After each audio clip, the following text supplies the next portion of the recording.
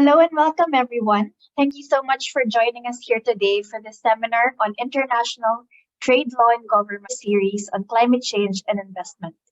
Today, we are fortunate to hear from 7 distinguished panelists, after which we will have a discussion where there will be an opportunity for the audience to ask questions through the chat box. I will now hand over the floor to our moderator for today, Daniel Yao, Head of the Climate Change Law and Policy Program of the NUS Center for International Law. Thank you very much, Ryla, and good morning, good afternoon, good evening to our distinguished panel of speakers and all participants joining us from across the globe. I'm Danielle Yao, and I lead on climate change law and policy issues at the Center for International Law at the National University of Singapore. It is my distinct pleasure to welcome you to this 5th seminar in CIL's Investment and Climate Change series, where we have been to date examining how international law and cross-border regulation can serve as a tool to support Paris-aligned investment flows throughout the investment life cycle. In past seminars in this series, we have reviewed the topics of investment protection and regulatory reform for climate change in Asia. We've looked at the issue of compensation and valuation and climate claims under investment treaties, as well as facilitating how we can facilitate private investments to fund climate change mitigation, net zero policies, and as well as the most recent seminar looking at the role of financial institutions in supporting net zero investments. Recordings of the seminars are available on CIL's website. Now, today we shift the lens a little. We will expand this focus to examine the potential interaction between international trade law and policy and the Paris Agreement, particularly in regards to the protection and the promotion of finance flows, how these regulatory changes or frameworks can promote finance flows in support of climate change mitigation and adaptation policies and sustainable development generally. Climate change is a global environmental challenge that calls for multilateral cooperation, collective solutioning, and coherent action, while also meeting states' needs for economic growth and sustainable development. Trade plays a crucial role in the transition to a global low-carbon economy. As succinctly stated by the WTO DG to world leaders at the COP27 last year, countries need to have the right trade policies in place to be able to respond to climate change.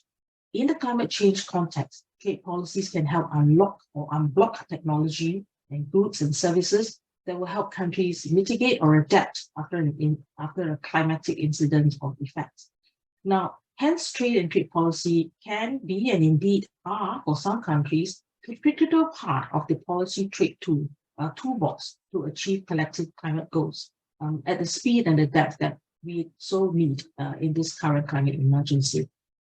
According to data from WTO database, WTO members have increasingly adopted trade-related measures as part of their overall policies to achieve climate objectives.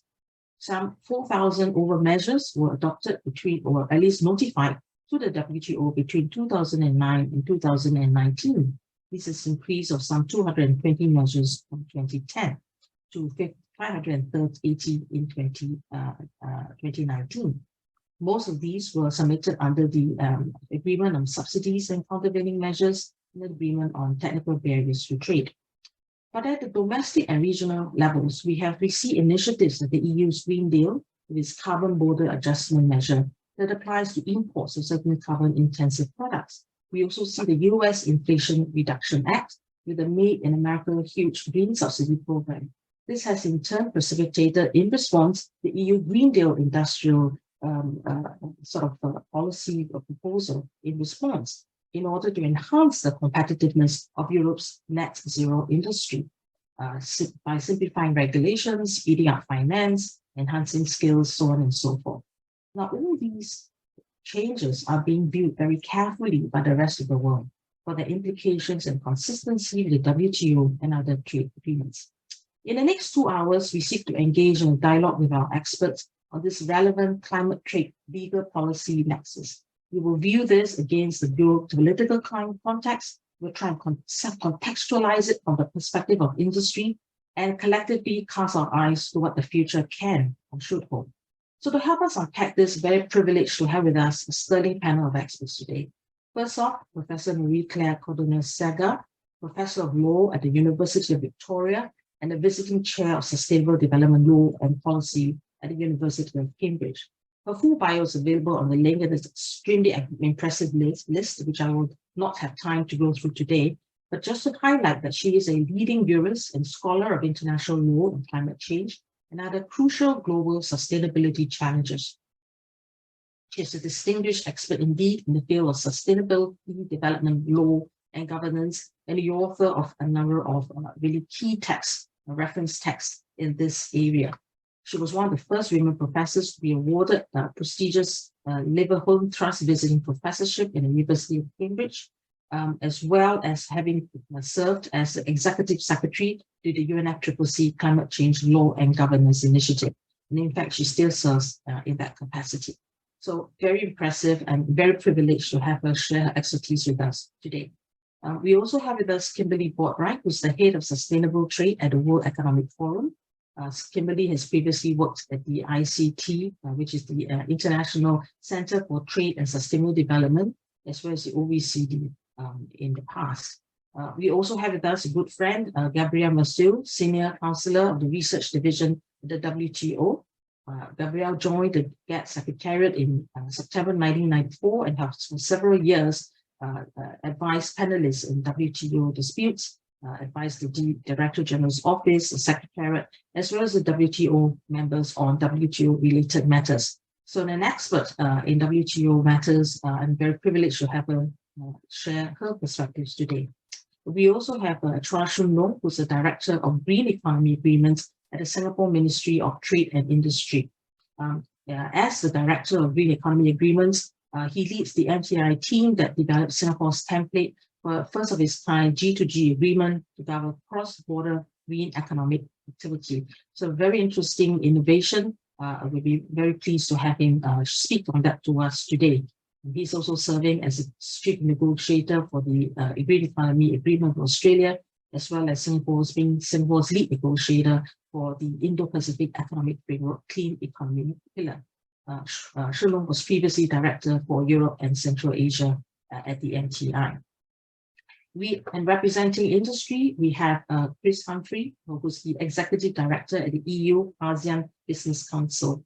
And he's a business development and government relations professional with more than a decade of experience running business units throughout Asia and over 20 years of experience either working for or dealing with governments and regulatory authorities. So fantastic to have him join us today as well. Raymond, who's the Vice President for Customs and Regulatory Affairs for DHL Express, covering Asia Pacific, excluding China. His roles include working with governments, particularly customs and trade agencies, on reform modernization programs across the region. Over 25 years experience he has on customs and trade issues. So again, good experience in the ASEAN area. His first role had involved setting up the ASEAN Free Trade Area in the ASEAN Secretariat in 1994. So an expert in his field. And last but not least, Marcus Gearing, who's the lead counsel on trade, investment, and finance at the Center for International Sustainable Development Law. He serves as the Jim Monet Chair in Sustainable Development Law at the Center, and he also lectures at the Faculty of Law at the University of Cambridge. So very pleased to have these wonderful panelists with us today. Their full bios are available on the link, and that is the order in which I will call upon the panelists to address us today. I'd like to keep this session as interactive as possible. I will invite each of the panelists to provide their initial remarks and thereafter engage in an exciting, robust roundtable exchange. And I will invite attendees to send me the questions in the chat. So firstly, let me just turn to you first, Professor Marie-Claire. I hope you'll be able to help us set the context for our discussion by laying the framework, the context of how you see trade and law and climate change, sustainability. How do these legal frameworks operate and interact in your view? Where do they intersect? How do you identify these potential ESG impacts, social environmental impacts of shifting capital, goods and services? So over to you, Marie-Claire, to really lay the groundwork for our discussion. Well, thank you very much, Danielle, and thank you for your generous introduction as well. First, Well, I'd thank like you for joining us. I should mention that, Marika is very, very generously joined us 2 a.m. from Vancouver. So thank you very much. it is a bit early for me, but I'm very happy to speak briefly, and then I very much look forward to the views of the other expert panelists.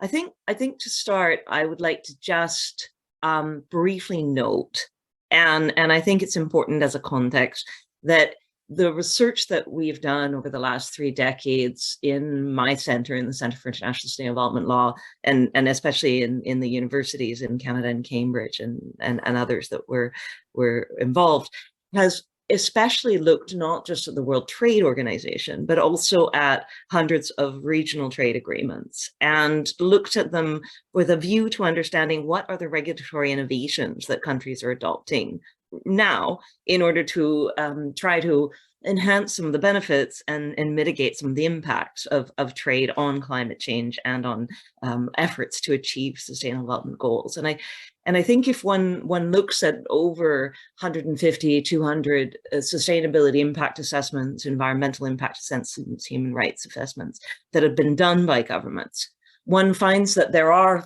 potential physical impacts of trade on climate change and on sustainability, sort of increases in scale and scope that lead to potential degradation of natural resources.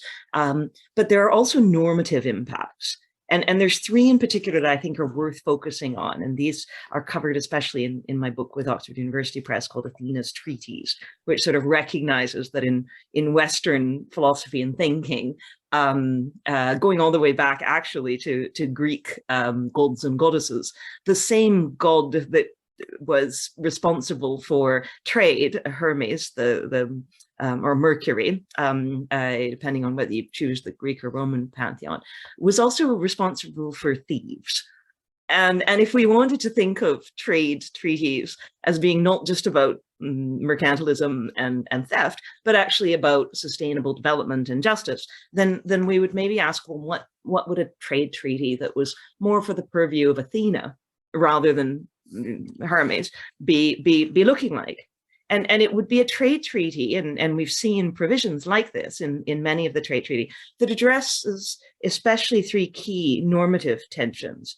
The first one, and it comes out in some of the impact assessments, shows situations where a new trade or investment liberalization obligation found in a trade agreement would constrain the adoption of new regulations to meet other international commitments on climate change, such as the Paris Agreement, and on sustainable development more broadly. And there the concern is that the application of the economic rules, absent appropriate exceptions, may prevent states from regulating efficiently to address environmental or social concerns or harms, and this would lead to sustainable development. Now, the second normative tension, there's 3 main ones that we looked at in our survey of the impact assessments carried out by countries, is this idea that there are pre-existing social and environmental challenges, especially domestic ones, that can be indirectly exacerbated by the economic growth due to the changes in trade and investment occasioned by a new treaty. In these situations, the main problem is actually lack of domestic capacity to enact and enforce adequate environmental and social regulations that exist to achieve sustainable development, or lack of human and financial resources to address problems. So it's an indirect impact. The third main normative concern, and perhaps the most challenging tension, involves situations in which economic agreements risk encouraging economic development in sensitive zones, obsolete technologies, or indeed sectors that states have multilaterally agreed to phase out or to phase down. And I was very pleased to see an announcement today, actually, that the Canadian government is going to start phasing out most of or some of the most relevant fossil fuel subsidies, for example. Assessments have signaled concerns that the trade investment agreements may lead to increased investment in trade in fossil fuels, in illegally logged timber, in agricultural practices that deplete soils, in fisheries that threaten fragile fish stocks, or in obsolete chemicals and other goods that threaten health and public safety. And these types of concerns can actually be addressed by provisions in the trade agreements themselves.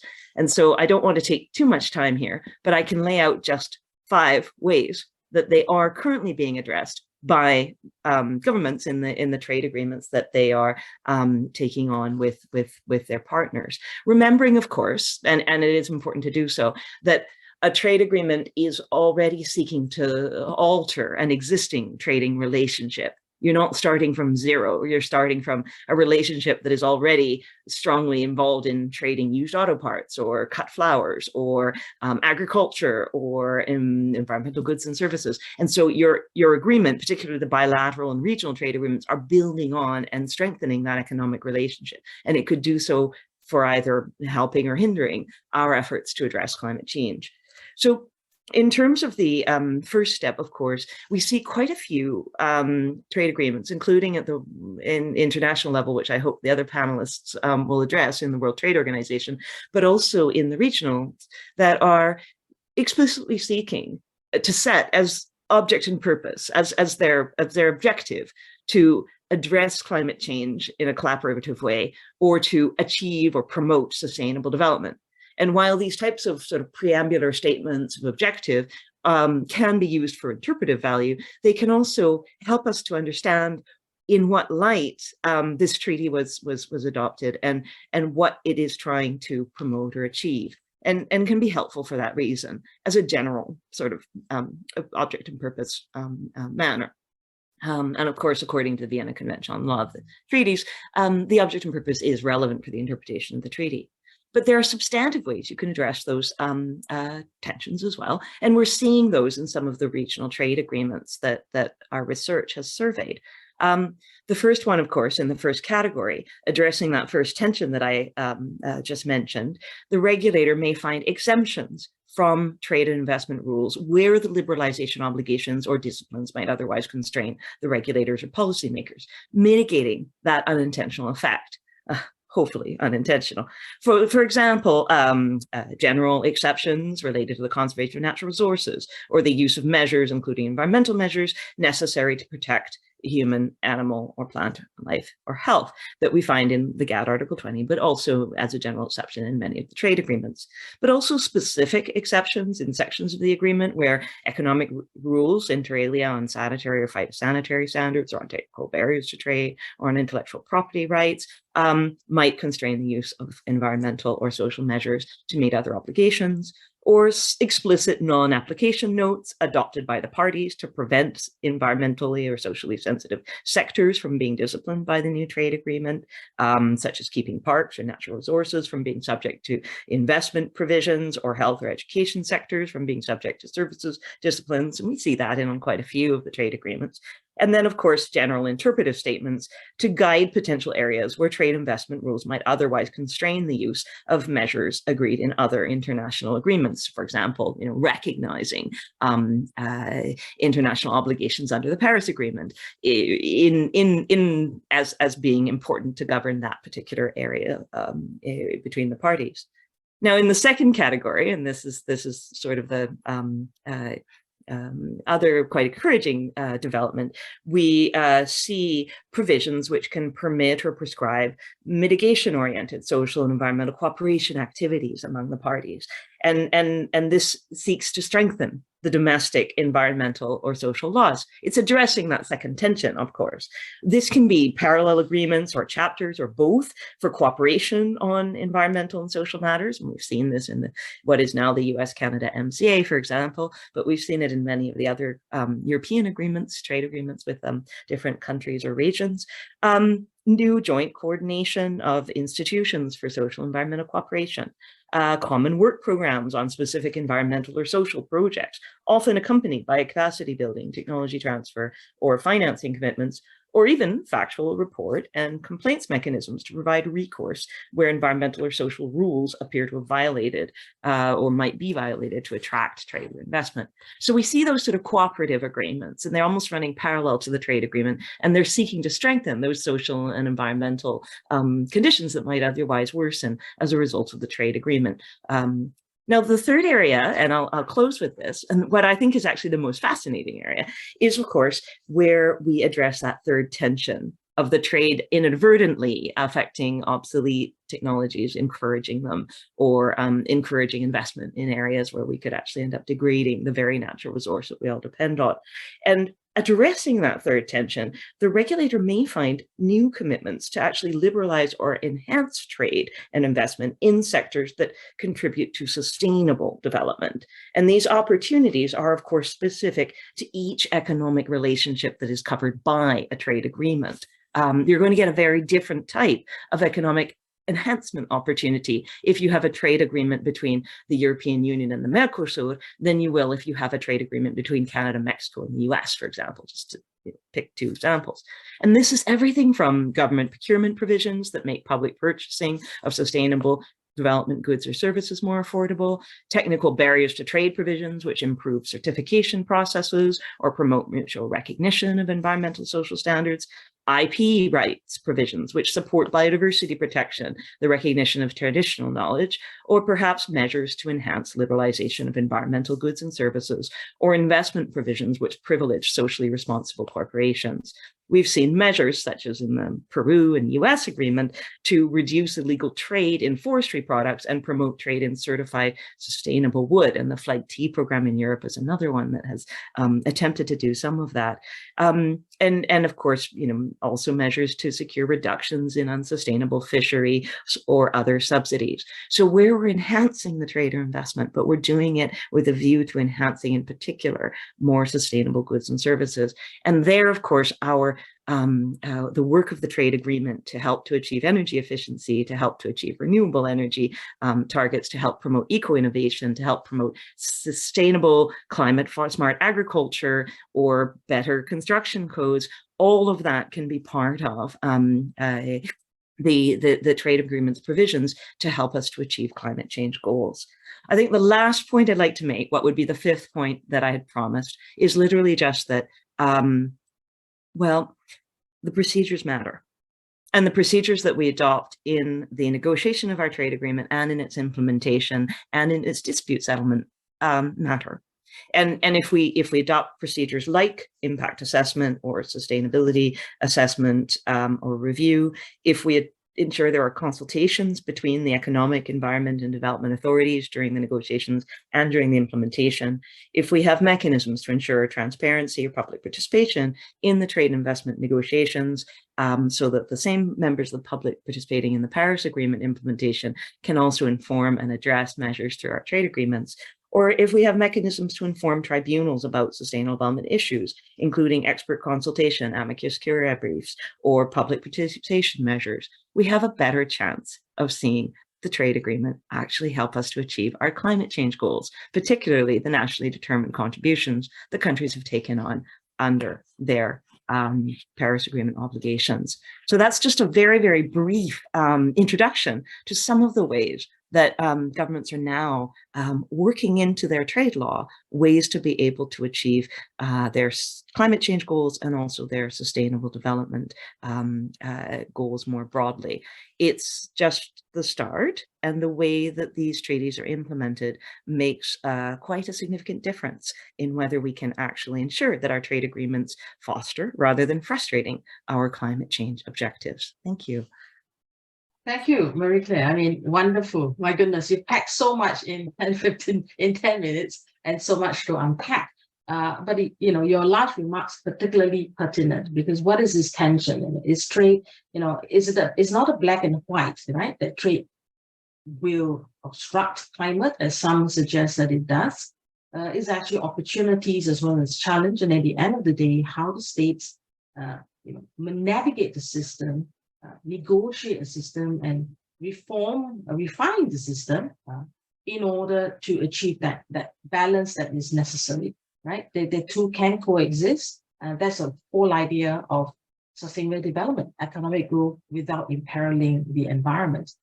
So thank you so much to unpack. And I'd love to hear what other panelists think about what you said. Gabrielle, for example, will be talking to what's happening in WTO, and Shun Long on his part on what governments are doing. And I'd love to have his take on some of the mechanisms that you have mentioned in your brilliant introduction. really sets us off very well for our next discussion. And for that, let me turn to Kimberly.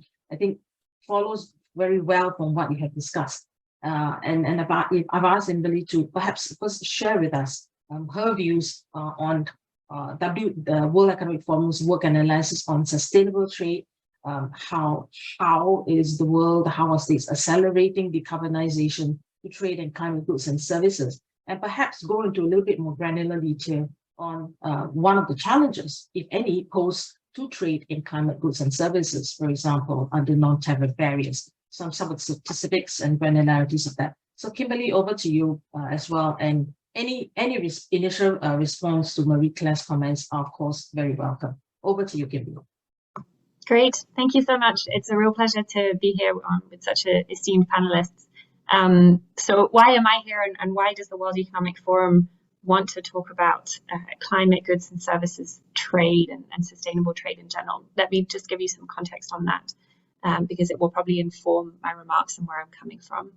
So we are the organization, let me move forward, we're the Organization for Public-Private Collaboration.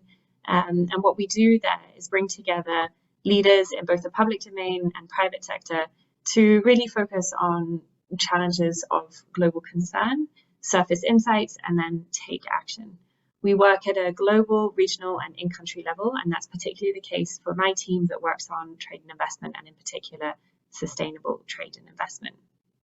So what we wanted to do, knowing that we're public-private and that we work at these different levels, we wanted to draw from the expertise that sits within our trade communities, but also our climate groups, to really bring forward some of these insights on what trade policy and frameworks can do to help advance climate action. To give you a sense of our climate communities, which are a different team from my one on trade, our CEO Climate Leaders is actually the world's largest group of CEO champions for climate change. So these are really the companies that are saying, we have strong climate commitments, we're going to do scopes 1, 2, and 3 decarbonization, we're going to look at adaptation and resilience.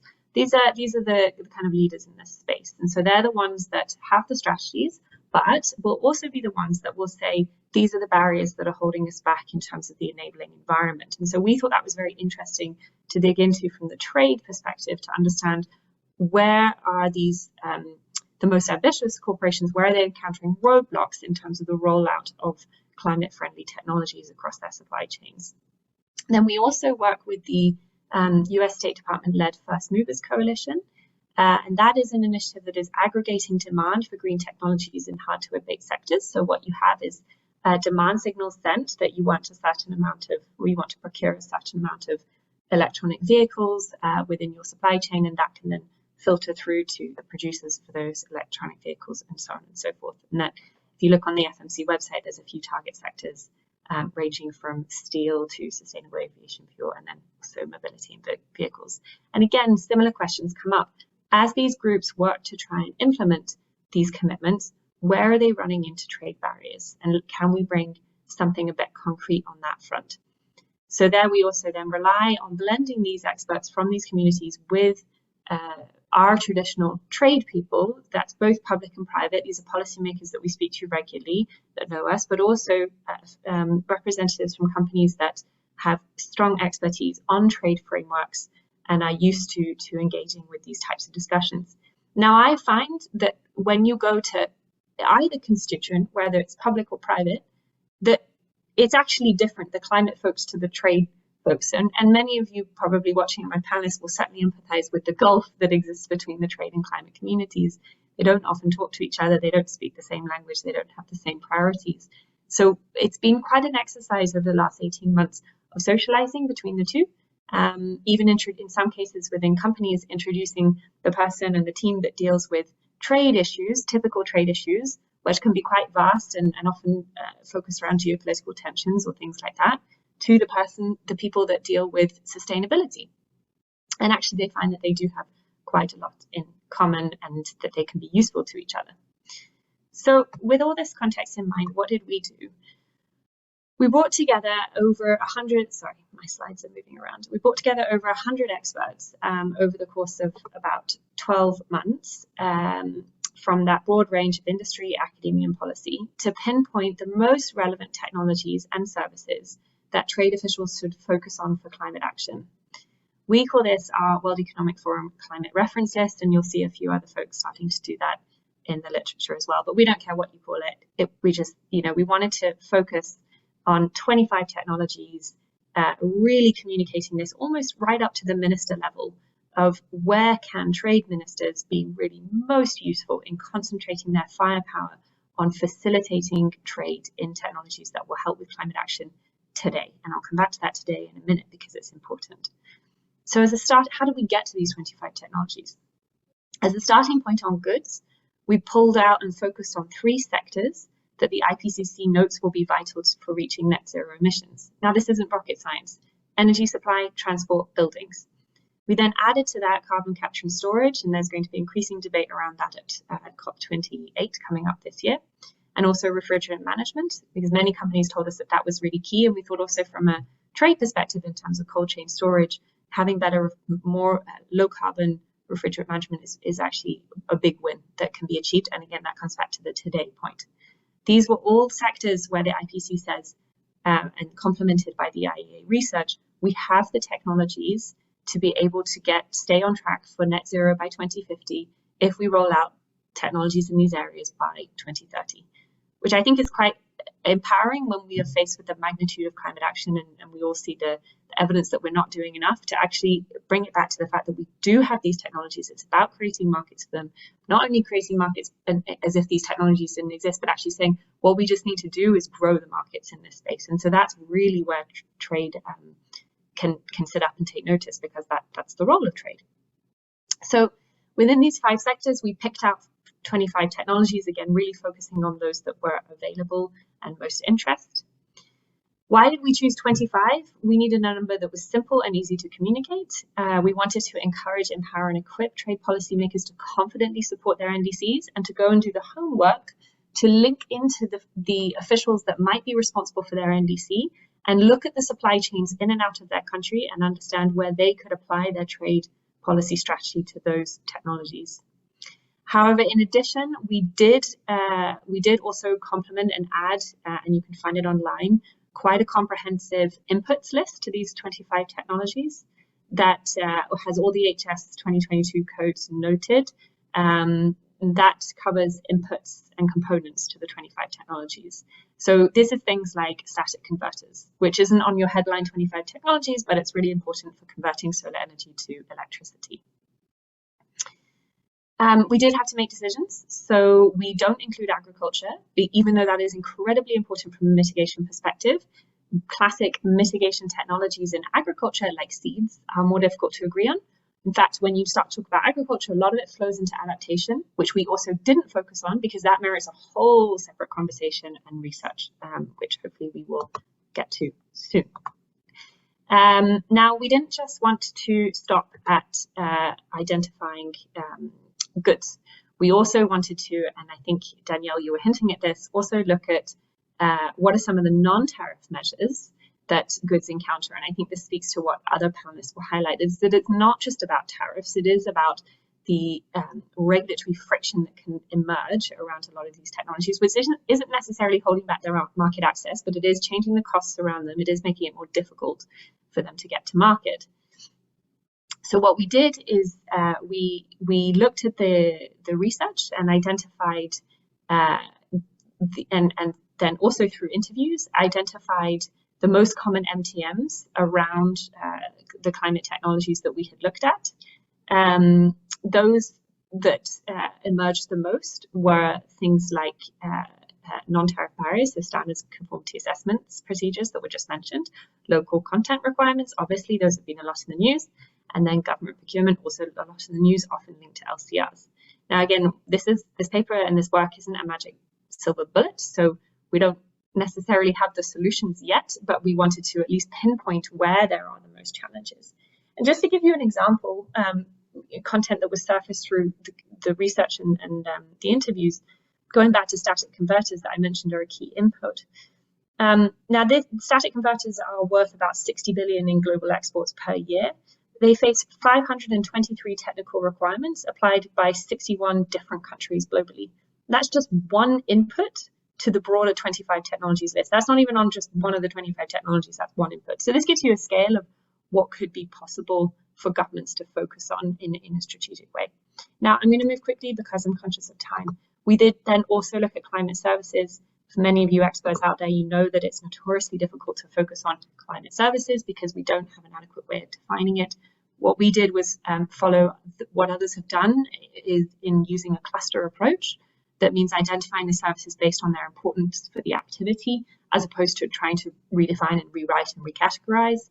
So then in the work that we put out, we identify services that were relevant for the distribution of those 5 sectors that comprise our 25 technologies list.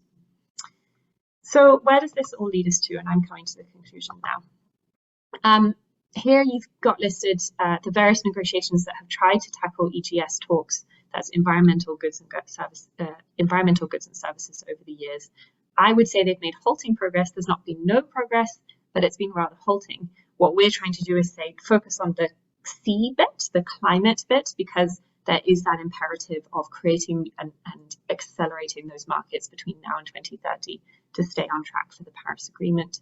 So now is the right time to push, but probably the push needs to happen in different ways at different levels. So aligned countries probably could work on a tight list of goods to liberalize, and we're seeing that through the ACCTS, for example. But in other cases, maybe more at the plurilateral level at the WTO through the trade and environment groups that are ongoing there by 70 plus countries, information exchange and further insights on NTMs, possibly by major product category relevant to the climate goods, would be really useful. Let's not underestimate the value of information sharing. In fact, there's just an article circulating online from the EU about the value of transparency to businesses from a trade perspective. Very briefly, in terms of next steps from what we're doing, tomorrow we will release a report looking at how investment authorities within countries can facilitate and put in place programs that attract investment into climate activities within their economies. So hopefully that can help a little bit with the climate finance challenge. It's somewhat related to climate goods and services, because if you want to attract investment in green ammonia exports, you need to make sure that you don't have significant NTMs on renewable energy or solar power panels, for example. So there is a link between these two things. And to help generate that link for countries and think this through, what their broader strategy, we've recently launched an initiative with the World Bank Group and the WTO Secretariat to provide participating countries that are interested with targeted analysis on their value chains that are most relevant for climate action, and where they can use their trade policy strategies, whether at a unilateral, bilateral, regional, or global level, to be able to advance their NDCs and their national adaptation plans as well. So with that, I will stop there and hand the floor back. Thank you very much for having me.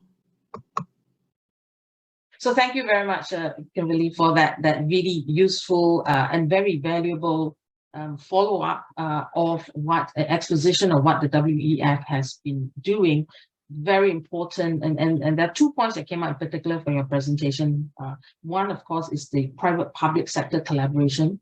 The second is bringing in 2, I would say, traditionally siloed disciplines and practitioners in trade and climate together. And as I said, today we have a panel of experts who have been working, in fact, on this very intersection of the 2 fields, and vitally important that this continues and expands. And then drawing from there, very granular, as I said, and thank you so much for going to the granular structures of the NTMs, and very striking what you mentioned regarding the inputs to just one input to solar panels, and being the static converter, and the kind of implications and repercussions that I have. And with that, let me turn now the challenge to Gabrielle, because Kimberly mentioned the progress and the discussions has been slow, has been halting. And Gabrielle, may I turn over to you and in a challenge in a way to share with us what has WTO been doing on this? Has it been moving? Has it been moving fast enough? What is going on? What is the progress? Where are the roadblocks? Over to you, Gabrielle. Thank you very much, Danielle. Thank you for including me.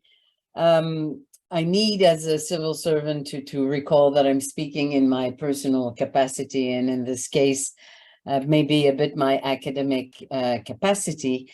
I'll try to do three things.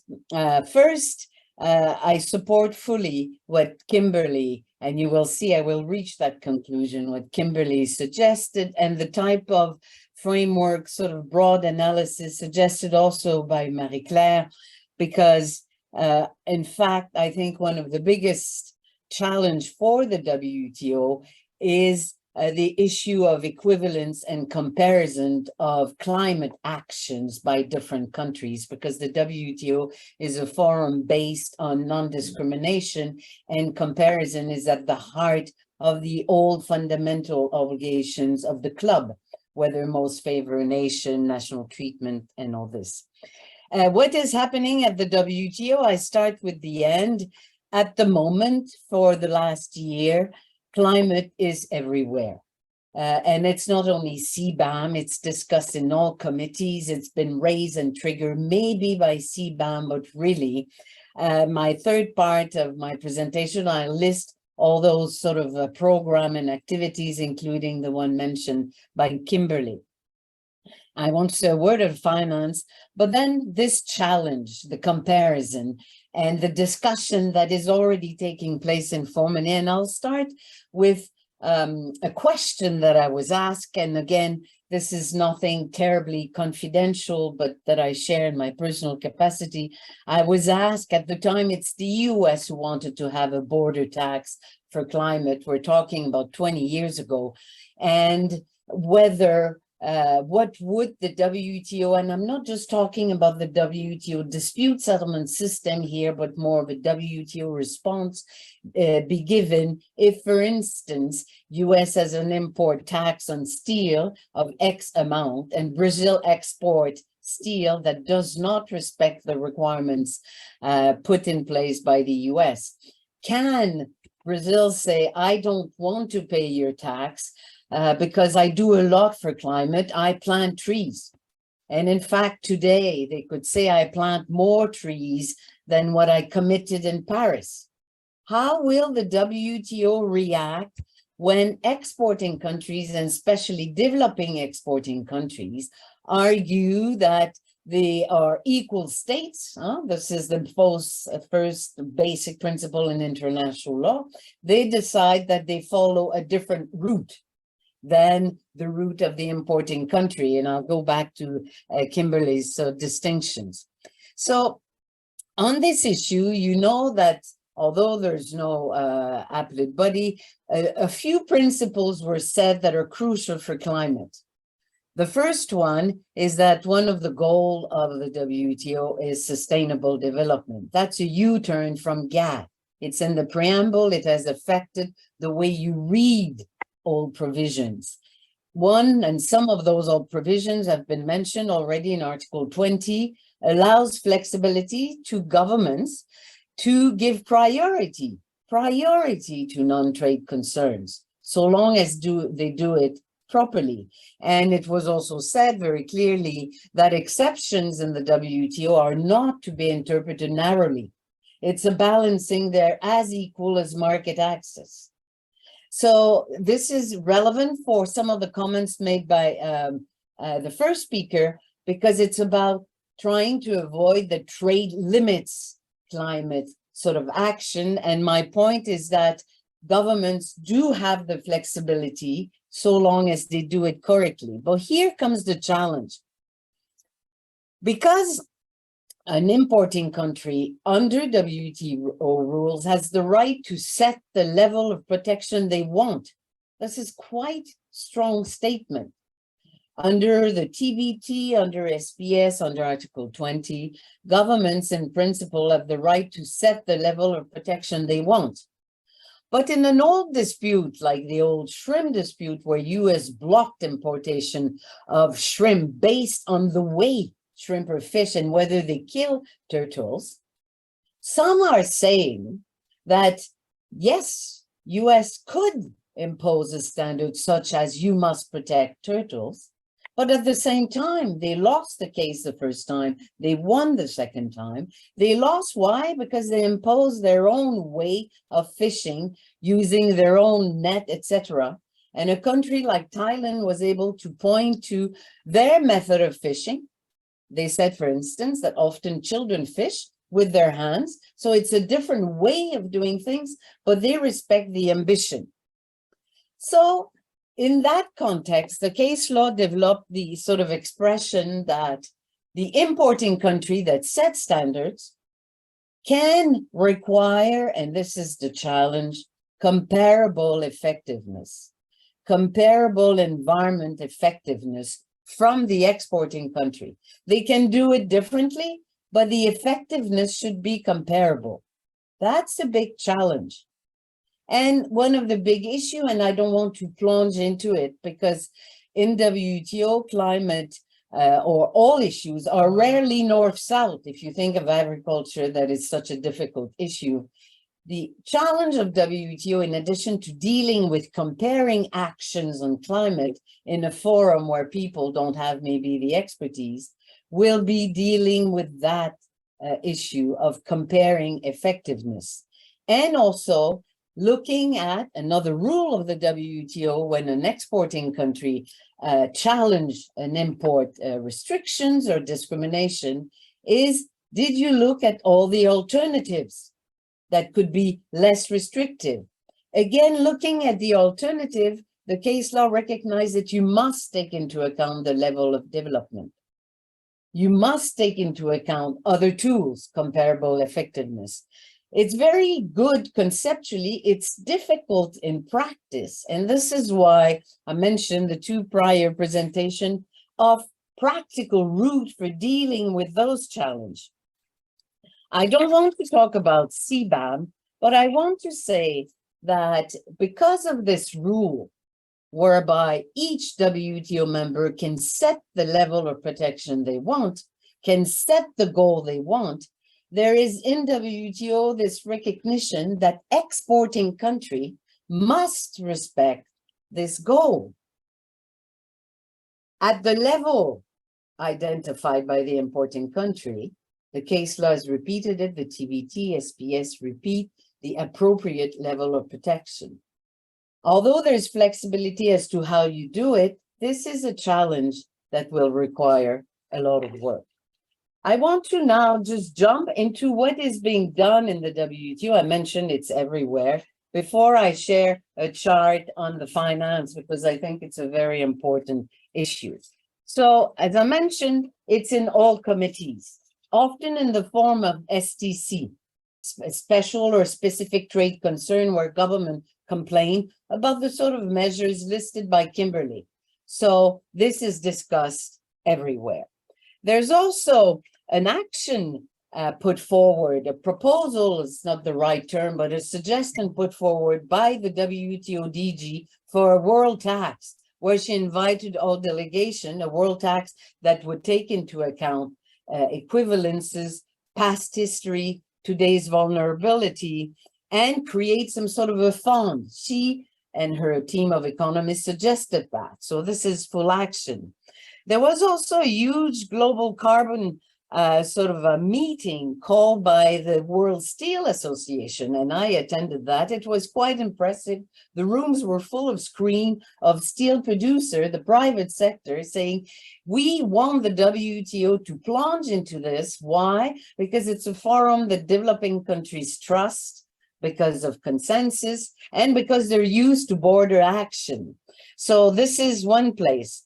There's also, as mentioned, the action on climate and trade that Kimberly mentioned. There's also this forum, or this informal plurilateral group on sustainability that has 4 working groups, one on environment, goods and services, one on subsidy, one on trade climate measure, and one on circular economy. These are subgroup sort of not yet negotiation, they call them structured discussions, but these are forums where governments are trying to explore with the private sector, with the social society, solution to the list of problems suggested by Kimberly or identified with some sort of analytical framework suggested also by Marie-Claire. And the theme of next year's public forum, just to give an idea, is the climate change. So I could not tell you that there's no other issue in this building that is more important and everywhere today than climate change. And of course, you all know that in the next COP meeting, for the first time ever, there is a full day on trade. And God did a lot of academic and expert try to connect and find a forum to speak. Maybe we owe this to the EU with its CBAM that shook the trees, but it is working. Let me just share one chart and I'll finish with that on finance. I'll try to share this with you. Can you hear? Can you see this? Yes, we can. Is too small, maybe? No, it's fine. If you could expand it, but it's visible on my screen.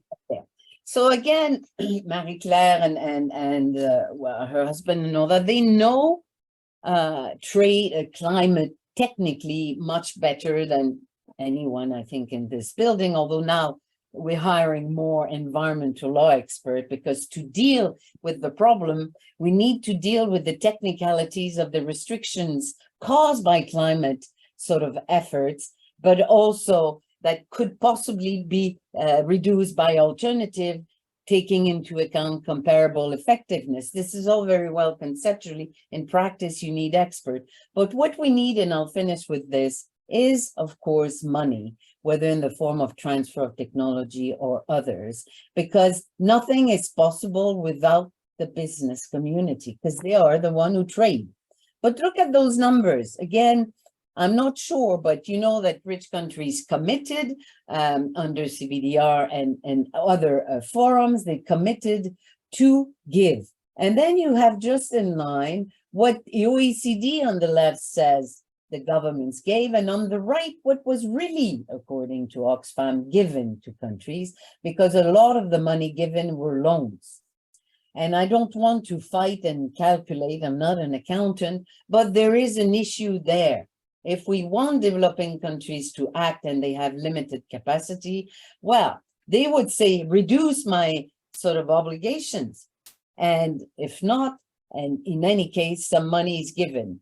But let me conclude with one difficult issue that hopefully we will completely avoid through actions by the private sector, through actions like the World Economic Forum track.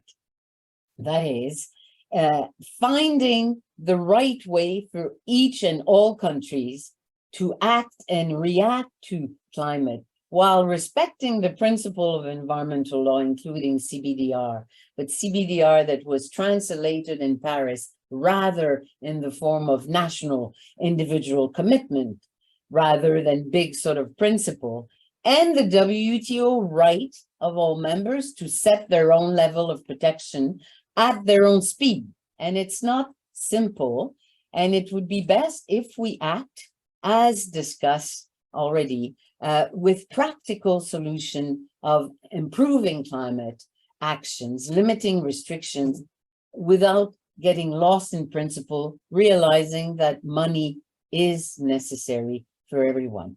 Thank you.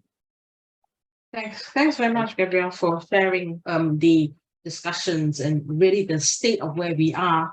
And very good to know that it is a cross-cutting horizontal issue, and it is increasingly so across governments around the world, bringing into two. I mean, COP28, you mentioned, very important, special day, dedicated day on trade as a thematic day.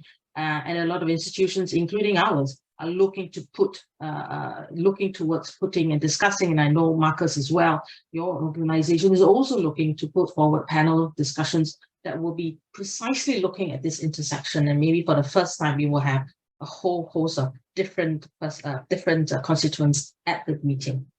So the normative agenda, the policy framework, the practical financial implications, and at the end of the day, what can be done.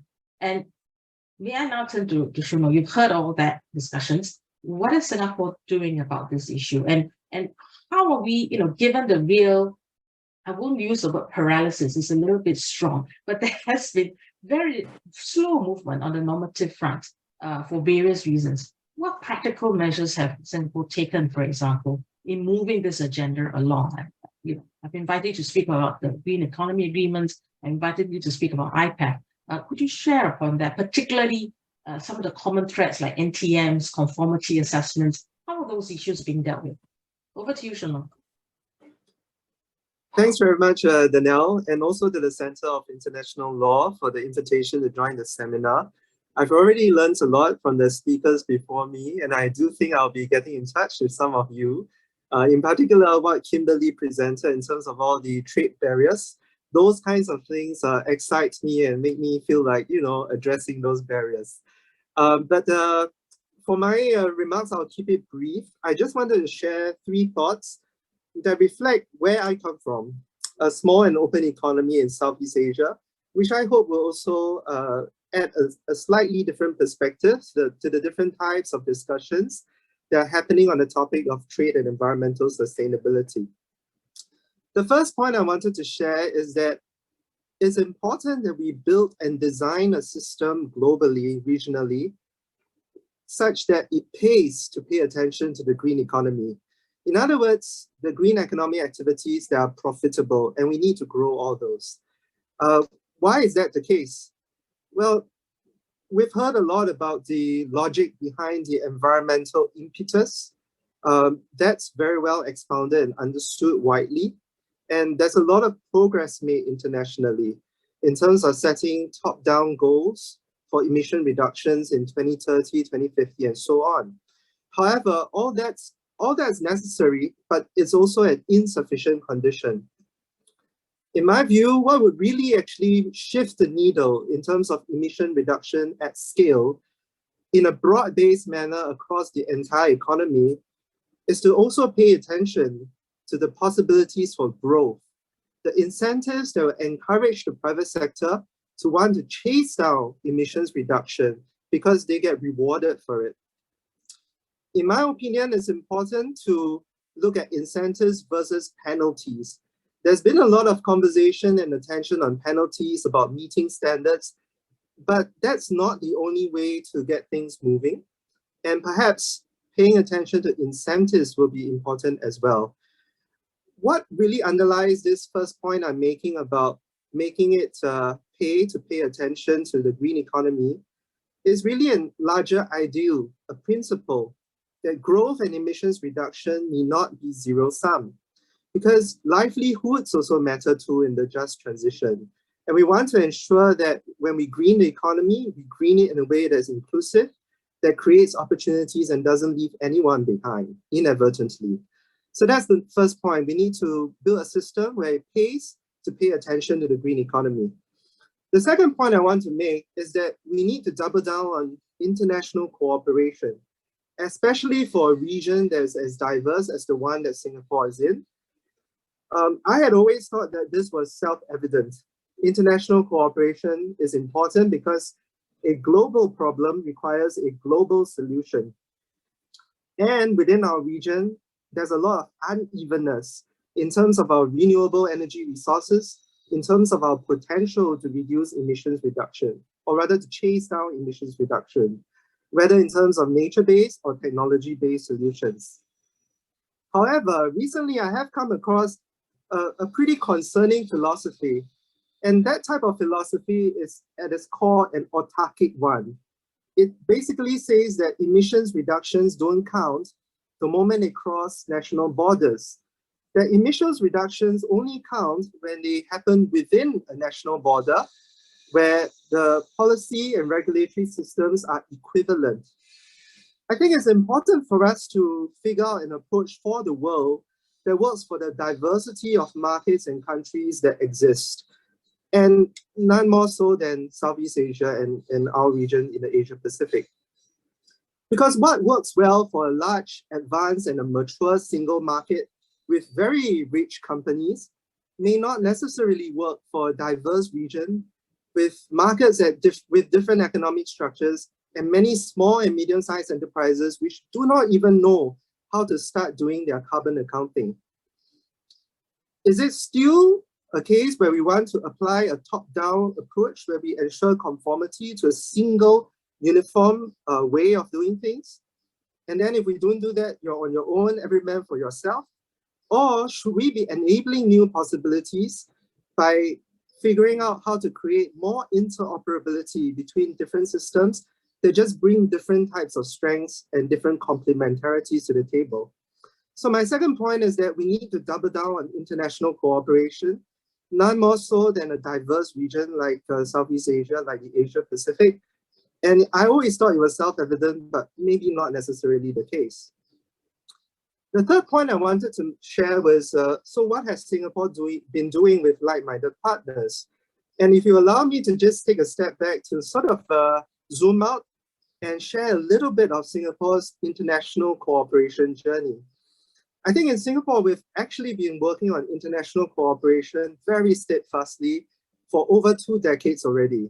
And that's when we first started on the free trade agreement strategy, where we really subscribe to the philosophy that staying open and bringing economies closer together generates more opportunities and more solutions. So we had the free trade agreements that really tried to address barriers to cross-border flows of goods, services, investment. And I would say around half a decade ago, we started on a new type of initiative called the Digital Economy Agreements, where we tried to look at cross-border flows of data and e-commerce. In our view, with the sustainability agenda getting more and more prominent, and with more and more trade-related environmental measures coming up, it's also important for us to look at cross-border flows in the green economy. Things like cross-border clean energy trade, things like cross-border carbon flows, whether in terms of carbon offsets or in terms of transboundary carbon sequestration. We should also be looking at things like green connectivity, whether it's green shipping or aviation, because all these are fundamentally networked and cross-border sectors. So for Singapore, we've started on this journey recently with our first ever Green Economy Agreement. That's a bilateral initiative between Singapore and Australia. It's still very much a work in progress. What we wanted to do was to look for that space where growth and emissions reduction come together and can be nurtured if governments come together to put in place enabling conditions, policies, and regulatory frameworks. And simultaneously, right now, Singapore, as well as 13 other countries, were also involved in ongoing negotiations at the US's Indo-Pacific Economic Framework Clean Economy Pillar. And there's quite a lot of overlaps in philosophy between that and also the Green Economy Agreement initiative that Singapore has started. I just wanted to highlight 2 specific areas in which the Green Economy Agreement type of approach can actually be useful. Number one is to address certain gaps in international trade law. And some of these gaps, I think, could sound pretty technical, but they're also very intuitive and obvious. For example, we have things like subsea electricity cables. These may not have received a lot of attention in the early years of trade liberalization, because at that time, no one was thinking about moving electrons over vast distances across different territorial waters and so on and so forth. But it is now a problem statement that has become relevant. Another example is transboundary carbon sequestration. Basically, how do we store carbon overseas across borders, whether on land or in the sea? And again, there is only a partial solution for this today. There is quite a lot of gaps in terms of how we want to approach this, where it pertains to liability issues, where it pertains to environmental concerns. And of course, not forgetting things like carbon markets and carbon services, where even to today, nobody has the same policy approach towards carbon accounting. And if we can't do that, how are we going to then agree on the carbon intensity measurement of the different types of goods and services that are moving across borders? So the first type of issues that Green Economy Agreement type initiatives can address are gaps in international trade law. But over and above that, are we really just talking about rules? Are we really only talking about standards? The answer is no. Because in a green economy, we've observed that a lot of what matters are new and emerging sectors where, frankly speaking, nobody knows where the barriers are because the economic activities themselves haven't started growing. So actually, as part of this initiative that Singapore is in, We are also looking for like-minded partners to look at pilot projects that would present specific use cases to the regulators on both sides, whether in Singapore or regulatory agencies in our partner countries, so that they can then look at a specific real-life case and identify where the inadvertent or unintended barriers may be. So those are my main 3 points. I just wanted to add and conclude with a more general point that as a practitioner myself, I can confirm that there's limited bandwidth in international cooperation work. So all of us have to make a choice as a practitioner in policy circles. Do we want to focus on developing a positive agenda where we come together to grow opportunities? Or do we want to focus on, for instance, the extent to which barriers can be legally defended? I think as a practitioner myself, I go for the former, which is that the more we create a positive agenda, the more we demonstrate that clean economy, sustainability outcomes, these things can be rewarding and can be useful, the more we establish the legitimacy of such a direction that the world is going towards. On the other hand, if we focus on how to defend barriers that are erected based on the letter of the law, then it could run into the unintended situation where we create perceptions that the green economy discussion is really about disguised trade restrictions. So that would be my final message, that it's important that we focus on growing a positive agenda, addressing the types of barriers that we saw in previous presentations, and showing that this can be a positive area of growth for all of us. Thank you. Over back to you, Danielle. Thank you. Thanks very much, Shalom, for sharing that different perspective from what we have been discussing, but with a very clear eye on how it's grounded in a very practical way forward. Particularly interested in your last comment and a call really to focus on positive agenda, because as practitioner, as a lawyer practitioner, there is always a tendency to look at, well, how how are we using the law? Is it using correctly? Is it, as you say, a disguised restriction on trade? And that has kind of hijacked the agenda. And I kind of like the way you've reframed it to a positive agenda. And I'd like to, perhaps invite Maria Claire and Kim to come back to, and Gabrielle to come back to that later to see how that is brought in. I mean, just in advance of the next discussion, which is really looking into the nuts and bolts of what has been mentioned. Let's look at the green economy agreements. Let's look at an IPEF. And in a way, they're structured a little bit differently from your conventional trade agreements. I mean, IPEF, for example, is not legally binding commitments as such, so it's quite an innovation. But the US has sought to use it to also push the green agenda. And I'm quite curious as to how that is intended to work. And how do you foresee that working? How is lawyers supposed to read agreements like that, where there are no sort of conventional binding obligations per se? So I would like to come back to that in our discussion as well later. But with that, I think it's a great segue now to move over to Chris. Now, Chris has been working very closely with industries and with governments over the last over decades.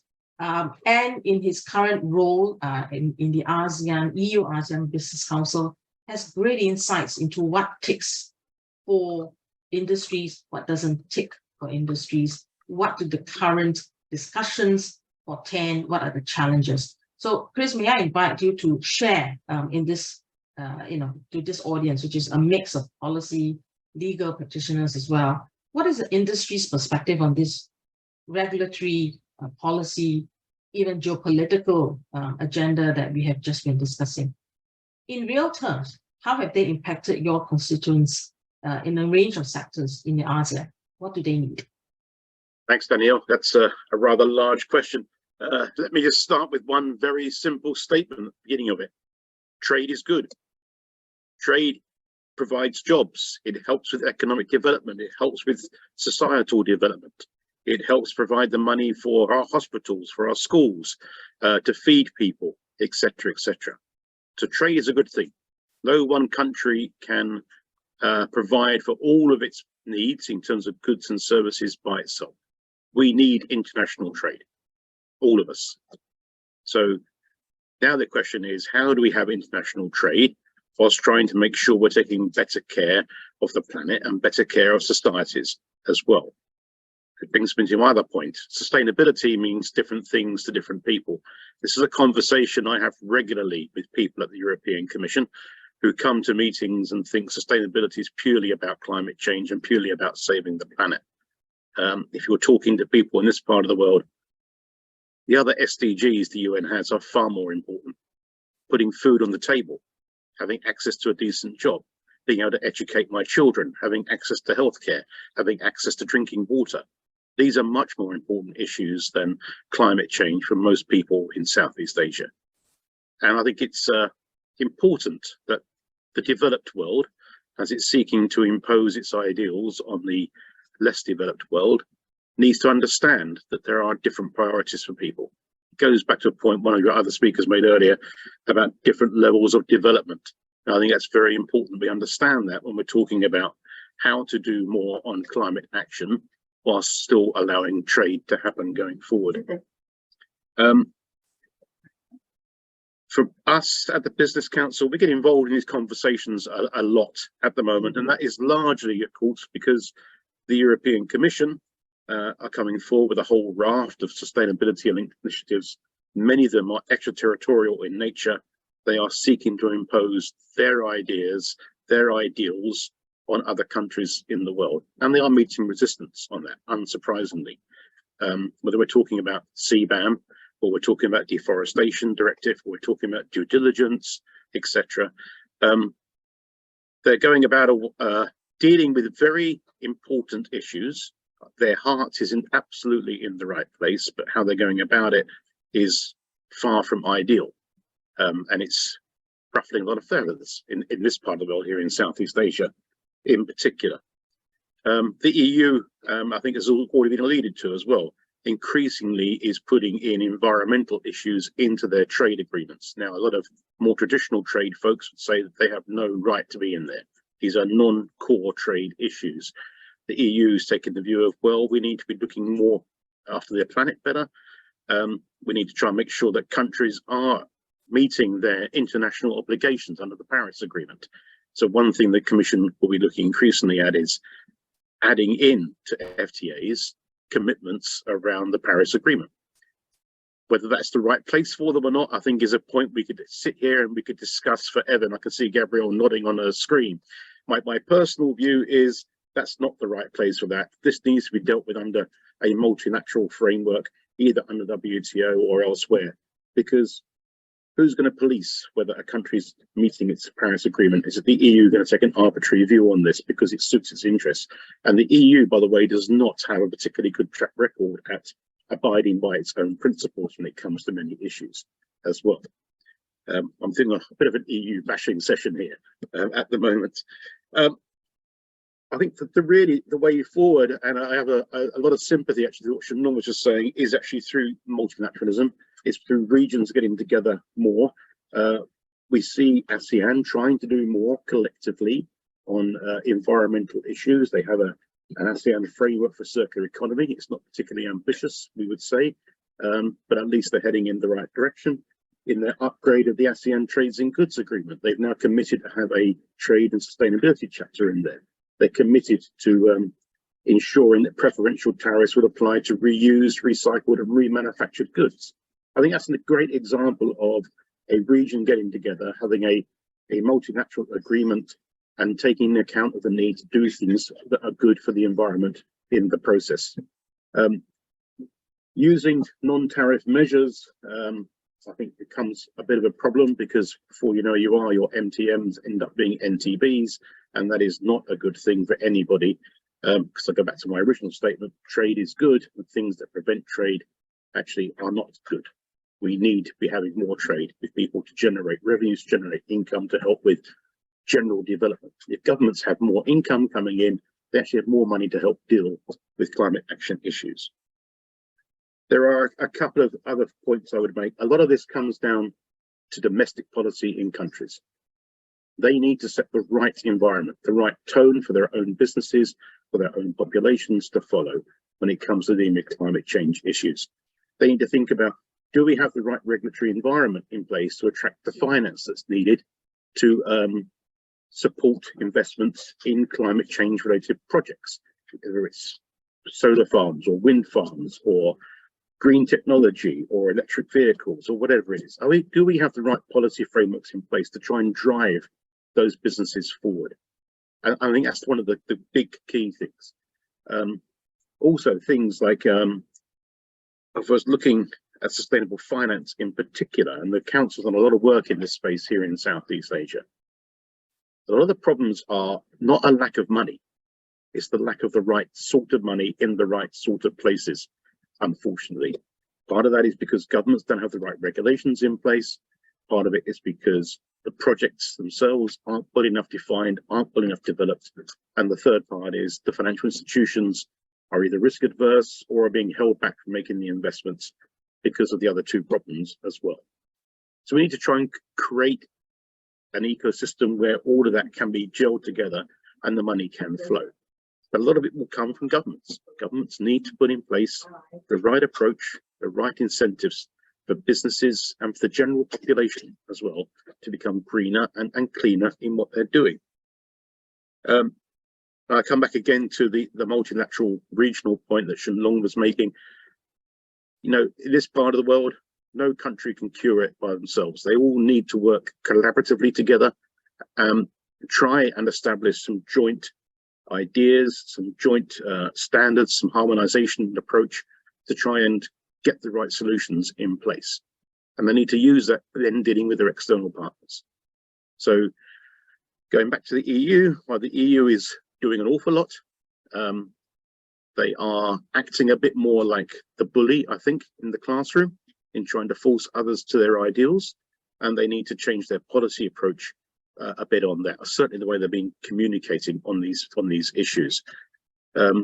Equally, I think other countries around the world need to do more. We've just done a business sentiment survey. The results aren't out officially yet, but I'll give you a quick glimmer on it. None of our respondents believe that ASEAN has done enough to green supply chains. That's zero.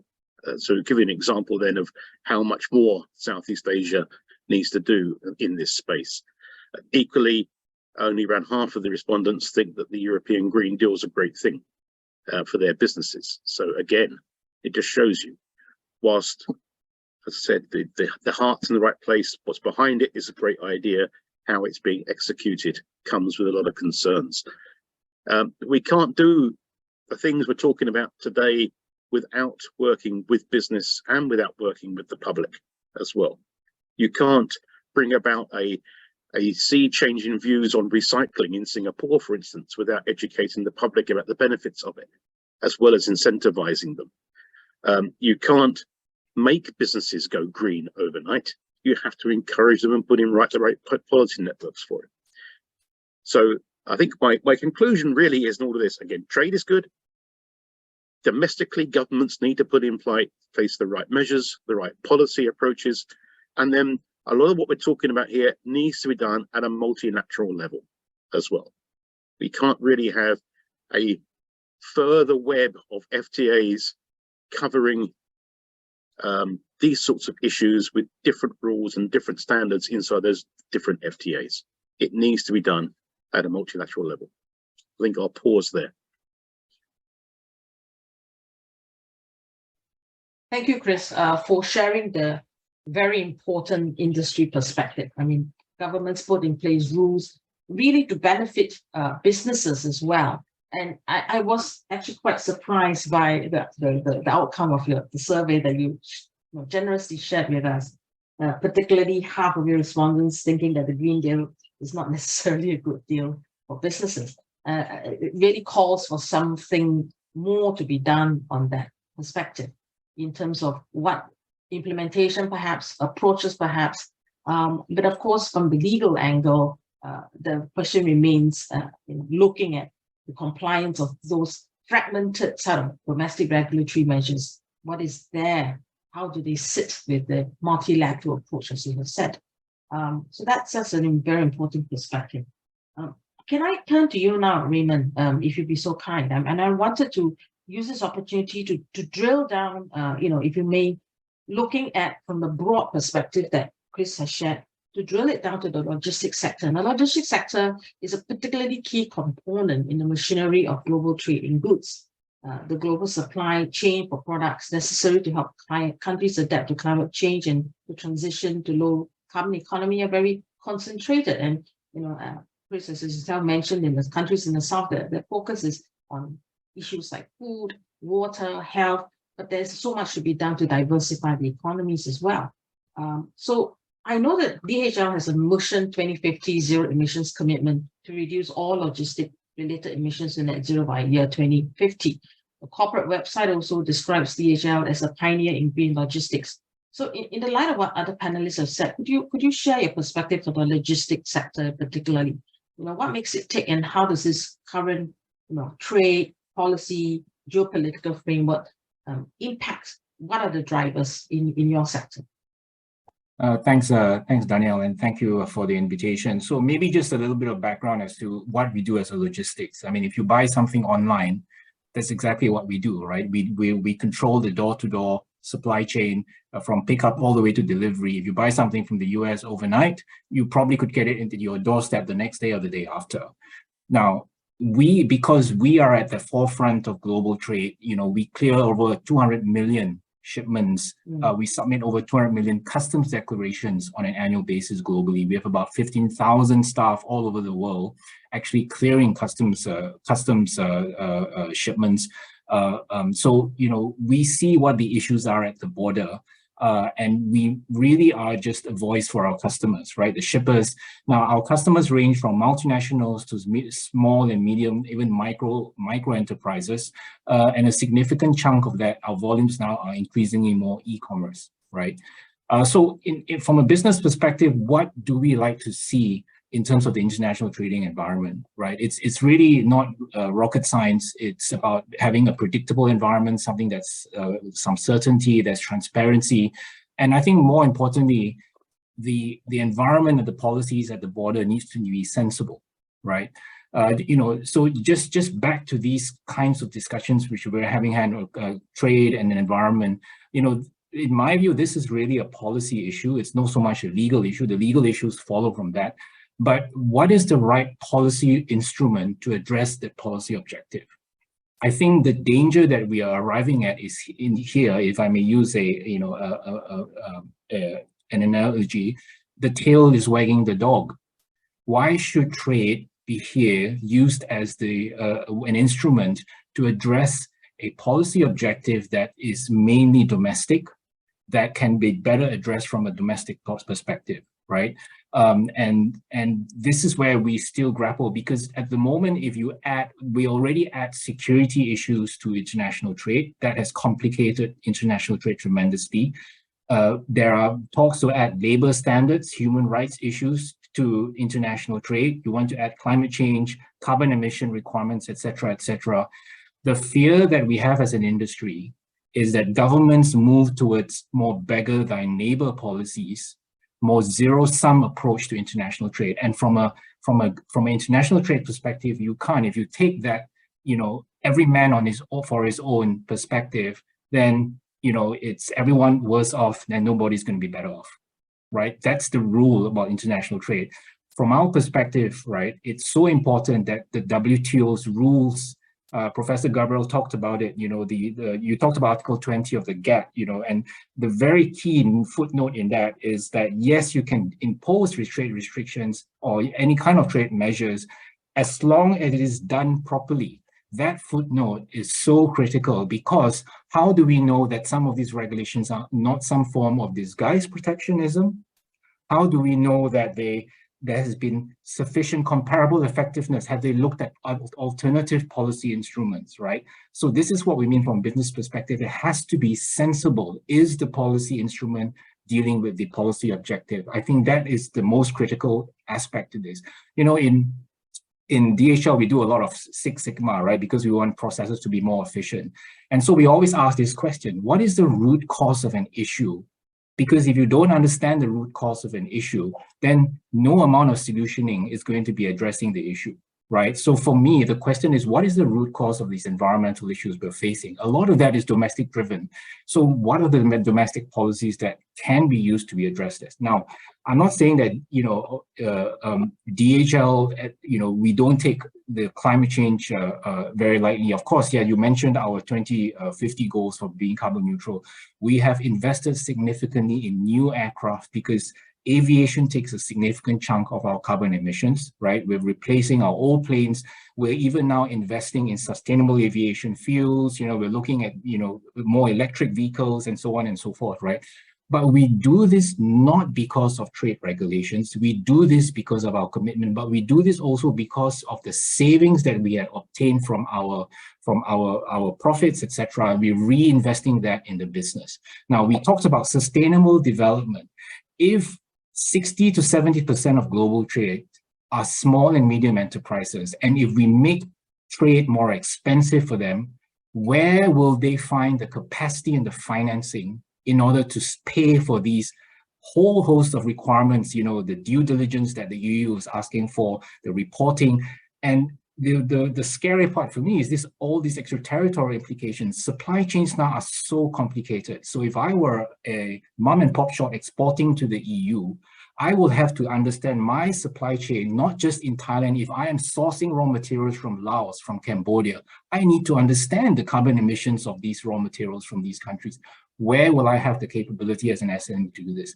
So in a way, you're killing off global trade. You're not actually enhancing it. So I like the idea that Shun Long talked about.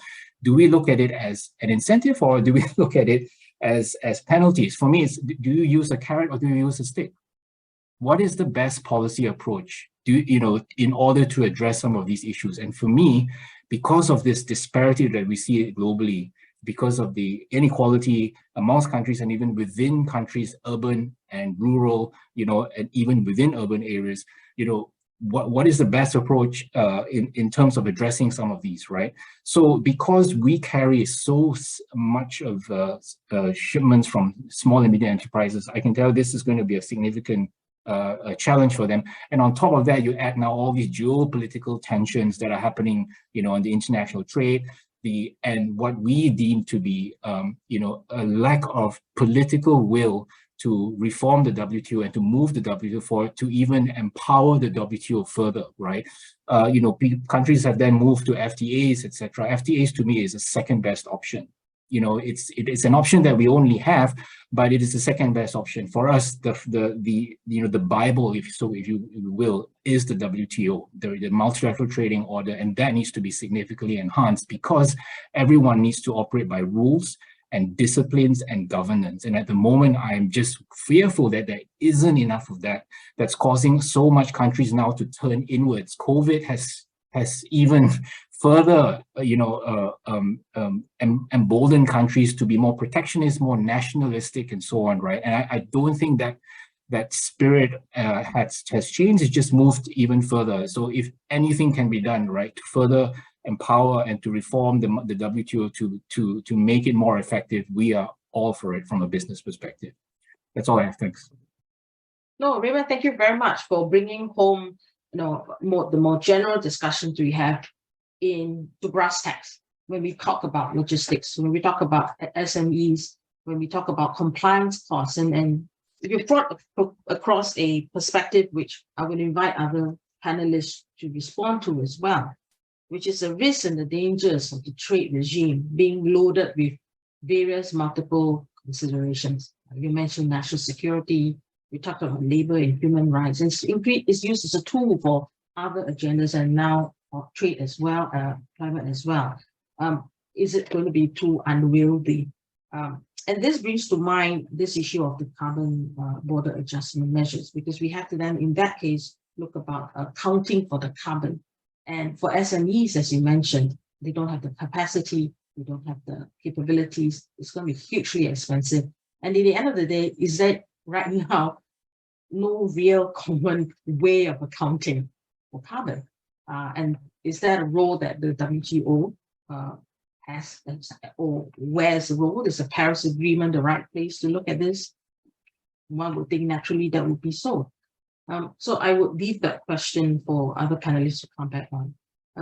Before we go into the interactive session, I wanted to go back to go now to Marcus. As I said, last but not least, and I've given him the challenge of delivering us a solution to what we have discussed. You've had a project, and we talked about that a little bit previously. What do you see as a possible solution?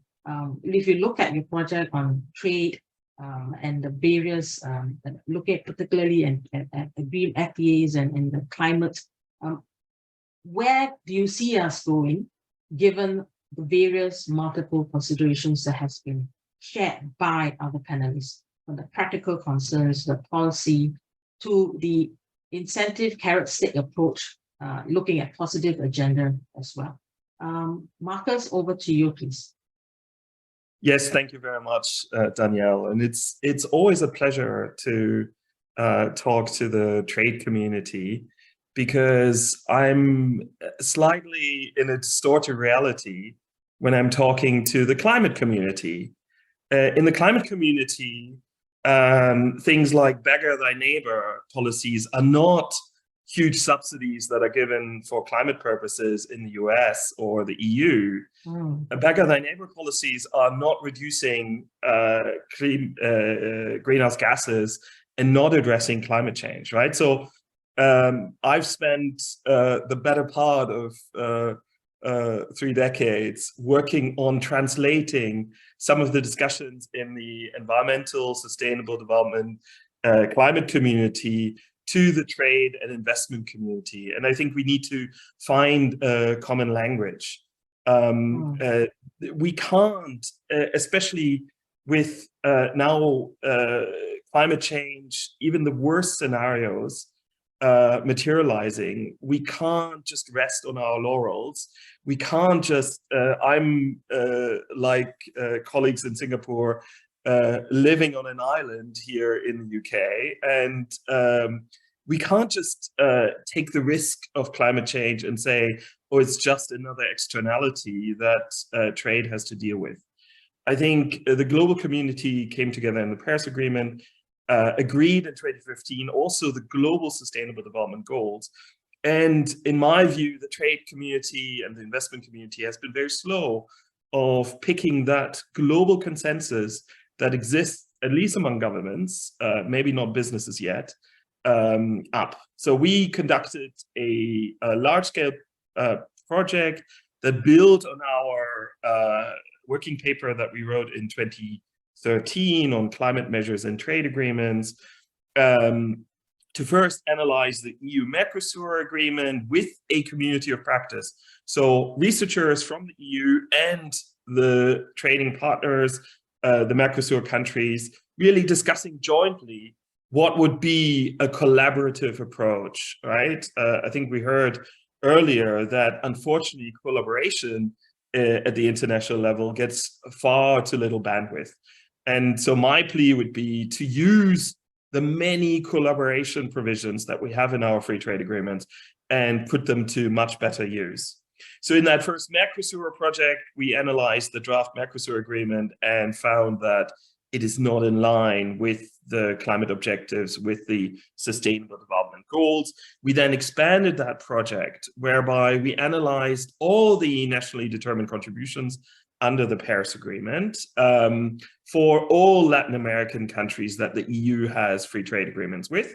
And we asked the simple but somewhat legally challenging question: how can trade rules facilitate the achievement of the nationally determined contributions? So in a way, how can the EU help the trading partner to achieve the climate objectives that the trading partner themselves have set for their country, for their region? And so it has nothing, in my view, Chris is entirely wrong calling some of the supply chain legislation in the EU extraterritorial. It's a completely different discussion. I do see that CBAM imposes certain obligations, but these are obligations that ideally accelerate the transition to net zero for all parts of the world. And to then say, oh, the EU is not communicating well, that might be so. I can't assess that. But, you know, I've heard exactly the sort of horror scenario predictions when Germany first discussed a supply chain legislation. It's now been enforced for almost 4 years, and business is booming. Trade is booming for the Federal Republic of Germany. So to claim that supply chain legislation that just asks a few more questions of where your products are coming from will hinder trade, I think is entirely wrong. But what we've done in our project, we've analyzed all the NDCs, we've analyzed all the trade agreements, and then found that there are quite a few synergies that could be explored. So my plea and my solution would be, rather than saying, oh, don't muddy the waters, like leave trade in its clinical isolation. If you want to transition your entire national economy to net zero, you need to take account what other people are doing. You also need to work with your trading partners in a collaborative fashion to address this particular global challenge. And the best way, in my view, of doing this is taking the NDCs of the partner countries very seriously. Maybe make them binding, maybe help the partner country with financial assistance, as Gabrielle has so ably said, in order to facilitate their achievement of the NDCs. Because only if we achieve the NDCs can we avert the climate catastrophe that we are all heading into. And temperatures in Europe are absolutely atrocious this year, and I have sleepless nights thinking about what might be coming. So what can we do? I think we don't need to necessarily change the treaty text. We can adopt joint declarations. We can adopt side letters. We can just highlight that both parties take note of the NDCs and maybe the financial needs under the nationally determined contributions of the Paris Agreement, and create that trade and climate change, trade and sustainable development nexus. And only then are we sort of in line of achieving what Marie-Claire calls Athena's treaties, right? Treaties that are intelligent, that are just for the trading partner, rather than just taking as many resources out of the trading partner and then leave. I hope that was not too controversial, Danielle. I've written extensively on the CBAM. I'm happy to share my legal views. I think the risk, I do think it's WTO compatible. And of course, challenging it in the WTO and then losing the case would mean that we would suddenly have many more CBAMs, not just the EU CBAM. It has certainly triggered a carbon price discussion in countries like Morocco, in countries like Turkey, that have never really discussed a carbon price before. So triggering those policy discussions and maybe alerting the majority of actors, including private businesses, to the fact that we all need to minimize biodiversity loss. We all need to achieve net zero at the company level, at the national level, is, I think, quite important. But it is right, the communication wasn't perfect. Many of my colleagues in Latin America, for example, were caught unawares of the deforestation regulation or the new batteries regulation, both not containing extraterritorial rules like Sarbanes-Oxley in the US, but rather imposing on the importer a due diligence obligation. Know what is in your supply chain. That's all that is. And it will not lead to a significant reduction of trade, and it will not hinder small and medium-sized companies. They're, by the way, excluded from the rules, just so. Thank you very much, Danielle. Sorry. No, not at all, Marcus. I think that was a very helpful, close to the initial remarks, and I wanted to pick up on that as well. because when we talk about CBAMs, and appreciate the views that you have shared on that. And I think indeed it has triggered discussions on a much wider scale. And I wanted to turn to Gabrielle on that, because the WTO DG has an initiative as well, has been involved in an initiative to set sort of a global carbon price.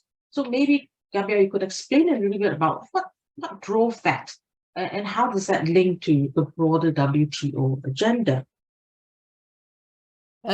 Yes, I'll respond to that. And I had 2 or 3 quick comments. I think the reason why the DG did that, it's because she cares about trade, because trade, as mentioned by others, is fundamental, but also is climate.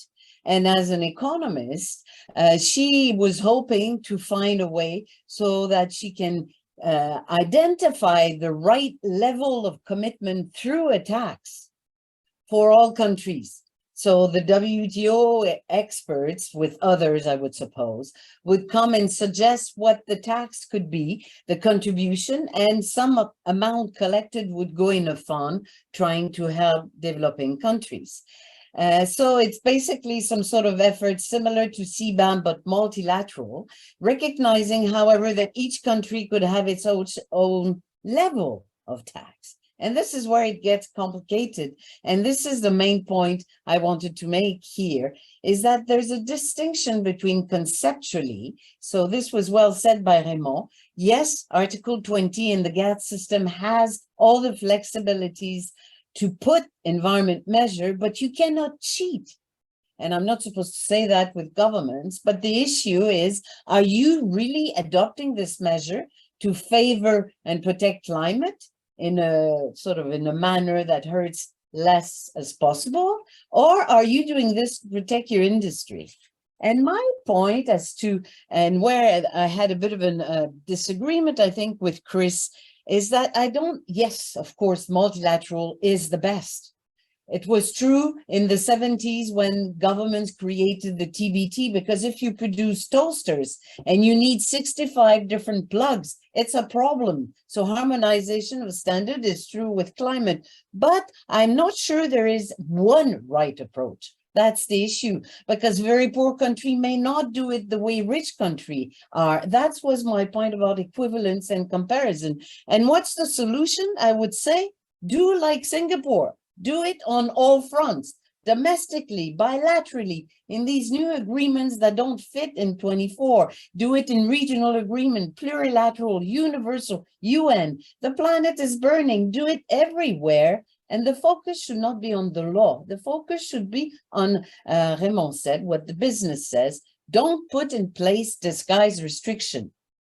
And then this is why the sort of framework of Kimberly is correct. Sit and talk technically about this problem and try to find a solution. But I think the only solution is to go on all fronts and then see it as a dynamic solution towards eventually more coherence and standard instead of clashes, as we've seen with rules of origin in the past, contradiction, but all fronts. Thank you.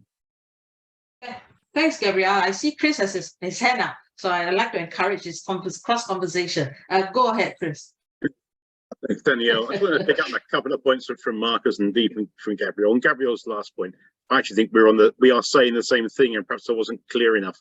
The whole approach needs to be a combination of domestic policy changes and incentives, and it does require regional approaches as well, because the problem is international, it's global. So we have to work together, but individual countries need to put in place the right approach at the same time to suit their own domestic needs. Marcus talked about businesses perhaps lacking behind. I would take some issue with that, at least as far as European industry is concerned. European businesses, for a number of different reasons, I think are doing quite a lot to green themselves, to try and hit net zero targets. You heard Ray talk about DHL's ambitions. And European businesses do this for several reasons. One, their domestic regulators in Europe are forcing them. But I think more importantly for businesses, their own consumers and their own shareholders and their own investors are forcing them to do it as well. Europe, I think, is a bit unique compared to some other parts of the world. Consumers can often drive company policy by their actions of deciding not to buy particular goods or services. And we shouldn't underestimate that. And I think because of that, European businesses are perhaps moving a lot quicker than others. I see it here in Southeast Asia. We have members who have put solar panels on the roofs of their factories, and now those factories are completely self-sufficient in terms of their power as a result. That's just one example. CBAM was the other one I wanted to pick up on. I'm not a big fan of CBAM in terms of its approach, but that said, I think CBAM is the least of the worries of countries in Southeast Asia, even though they're all complaining about it, because it will make them do certain things which I think they need to do. And this is the extraterritorial bit, Marcus. It may not be extraterritorial in a legal term, but the effect of it is making other countries change their policies, whether they want to or not. And the answer for most of them actually is bring in a carbon tax. That solves your CBAM problem almost instantly if you bring in a decent carbon tax at the right level, and that then is putting a price on carbon at the same time, and will then make your own domestic industry start to clean up their act.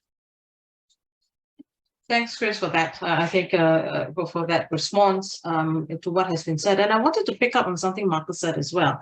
You talked about equivalence, you talked about the batteries and deforestation, and you mentioned the DD obligation is just about knowing your value chain, just having the information. But you know, I like your thoughts on what Raymond has said, that, you know, for SMEs, you know, just getting the capacity and the ability to even understand what is in your supply chain is itself a barrier. How can that be addressed? What do you think of Raymond's views in response to that was expressed earlier? Marcus. Yeah, I'm, you know, as someone who teaches and researches EU law outside the European Union, I maybe have a particular view on some of these aspects, and I can't fully justify every little bit of what the EU is proposing. All I can say is that, first of all, for least developed countries, for very small producers, the information requirements are much less. We're talking about where the information is available, and the nature of the due diligence obligation on the importer is such that if they can't get the information with reasonable means, there's then no enhanced sort of investigatory obligation where they have to travel and they have to completely chase the supply chain, right? It's a best available information obligation. And that, in my view, is very different from telling exactly the producers what to do. The UK has had the Modern Slavery Act, similar supply chain due diligence obligations, which have not really led to the trade with certain countries to ease. But of course, companies that are trading with Europe need to pay attention to these new rules coming in. Right, so better information of the economic actors is absolutely necessary, and perhaps supported by collaboration scheme. I know that the Commission is thinking very carefully, especially for the batteries regulation, and that captures all batteries, small and big, but only companies over a certain size, over a certain turnover, have to comply with it. But nonetheless, it means if your raw materials comes from a least developed country in South Asia, well, then you need to have information about how the rare earth, how the metals are mined. Just to highlight, there are discussions about the WTO compatibility of some of these measures, right? And I don't want to sort of predict what a panel might find or what the new voluntary appellate mechanism might find on some of these issues. But I think there's a distinct possibility that the core of the obligations might be found to be WTO compatible, because I know that the DG Trade has had major interventions on some of the legislation that was drafted by other parts of the European Commission. So in other words, don't assume this is not compatible with trade obligations. I do think it is. And then if it triggers a discussion at the national level, for example, about the introduction of a carbon price, or indeed, like the Singapore-Australia Green Economy Agreement, it triggers an international obligation to introduce a carbon price. I think that would be a welcome effect. We're still under the Paris Agreement. We're not doing enough, right? We're still a little bit off. And under the current NDCs as they stand, we're reaching 3 degrees, 4 degrees Celsius warming, which is very uncomfortable indeed. Thanks, Marcus. Raymond, I know you have your hand up. Over to you. What would you like to respond to? Just maybe to highlight, the challenges on the supply chain basis, right? If you buy from, you don't necessarily buy from someone whom you know where the goods are from. Okay, you may buy from a trading company, you may buy from what we call a consolidator, and because of e-commerce, the supply chain, and I myself get confused when I see different supply chain models. So I think it's a very archaic approach to think that it's a B2B and the supply chain is in the traditional sense. E-commerce has opened up so many possibilities, and in the world of capitalistic business, so many types of permutations where visibility in your supply chain beyond who you're buying from is not necessarily there. You may not even know you're buying from a real shipper, you may a real manufacturer, the products could have come from elsewhere. Now, I think, Marcus, you talked about some of the other types of restrictions, the UK had imposed and so on. My question is, has it been effective? If it hasn't been effective, is this the right policy instrument, right? I mean, we've seen the US CBP impose new restrictions on shipments coming out from Xinjiang in China, right? Then you ask, how are they enforcing this? They're looking at postcodes, for example. Is this the right approach? Because businesses will find ways around that. I'm not saying that I'm aware, but this is the world of capitalistic business, right? Is this the right approach? Are we adding restrictions without knowing what is the benefit, what's the cost benefit? I mean, we talk about regulatory impact assessment. Is this the right assessment? This as an assessment, is this the right approach? For me, that's the question. Nobody disputes the importance of climate change, nobody. The question is, what is the right way to do it? I think that's the big issue for me. Thanks, Raymond. I know Gabriel had a hand up, but I wanted to just turn to Kimberly to see if she can add anything on this conversation from her experience working with both private and public sector. And I was curious, and one of the questions I asked is, in terms of sharing the priorities of developing countries, especially in Asia, some of the concerns that Raymond and Chris have shared, are they shared from the work that you have done from the interactions with your industries? And what are your response on views on some of the discussions going on that we had in relation to, for example, EU regulations? One thing I've always curious about, and maybe it's just a little bit of concern. So when we start first, a lot of these EU regulations start with firstly, sort of a voluntary, then becomes a mandatory information exchange, listing, disclosure, and then from there it takes on a different flavor altogether. And I see Shunlong wondering, nodding and smiling, and I'm wondering whether that's also a concern that's shared by smaller countries or countries with built open economies that do not have that kind of overarching policy across the 20 over countries in the EU. So Kimberly, let me turn to you first, and then before I turn to Gabrielle and to Shunlong. Kimberly. Thanks. I'm very conscious of time, but just to say this really great insights from the other panelists. What I will add to this is that we tend to work with larger businesses, and I've heard a lot about the challenges of that small businesses face with these regulations, but I would echo that, because what we will hear from the larger businesses who face obligations to report on their supply chain is that the smaller suppliers within their supply chain just simply can't furnish them with the right information, that they get data in all kinds of weird and wonderful variations that then means that the reporting is kind of useless. So but on the other hand, I do think it's important that we get this granularity of what's going on, that we shift our production and consumption patterns So there has to be a balance. And I think there is going to be a push and pull over the next few years between our environmental objectives and a just transition.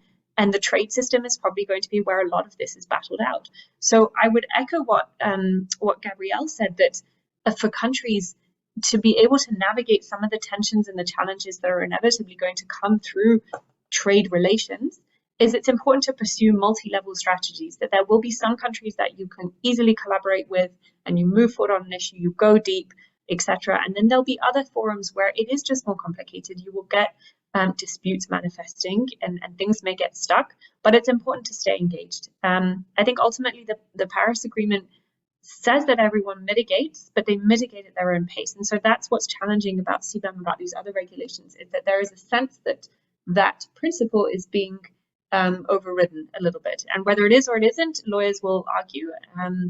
Businesses in the end will try and comply to the best they can. But yes, this is going to be key points of discussion and debate for certainly a couple of years to come, and will ultimately it'll be seen whether we meet the goals. Because in the end, I think, as Gabrielle said, if people are cheating, if we're not taking enough action, either as companies or as governments, we will continue to see those emissions rises. So in the end, we will see where we land in a few years, ultimately. Thanks, Kimberly. I'd be very sad working in the climate space to think that governments and corporates are continuing to cheat. So that would be very sad indeed. Gabrielle, I'll just give you, if I may, 30 seconds for you, and then I just want to wrap up the conversation. Basically, you have said what I wanted, and from the business community, we have to think of the medium enterprise because they are the one who gives job. We have to think of trade. And this is why I started talking about the fact that in WTO, yes, EU and others have the right to set the level of protection they want, but in real life, as Chris and others have said, we have to take actions that work for climate while not reducing the flow of trade. And one difficult question, we already have it in corridors where developing countries say, yes, but if I do what US or EU and other countries ask me to do, I will do much more than what I promised in Paris. So what's the relationship between the two? And this is such a complex legal question. My answer is forget it. Just sit down with business and deal with the restrictions and find solution. Thank you very much. Thank you, Gabrielle, for that. So, Shula, would you like to come back on that point? On other discussions on. Thanks, Danielle. No further points to add at this stage. Yeah. Okay, thank you. Marie-Claire, last but not least, I know we've not involved in the discussion so far after your initial comments, but I wanted to give you the floor to come back. And I wanted to just take this opportunity to pose this question, to you, in what you think on the thoughts on how the current international trading law can better support trade in climate goods and services. And I wanted to think about, and just to round off back to the topic of our discussion, which is the interaction between trade and climate. And if you look at I think the EU-UK cooperation, trade and cooperation agreement, it's fairly innovative.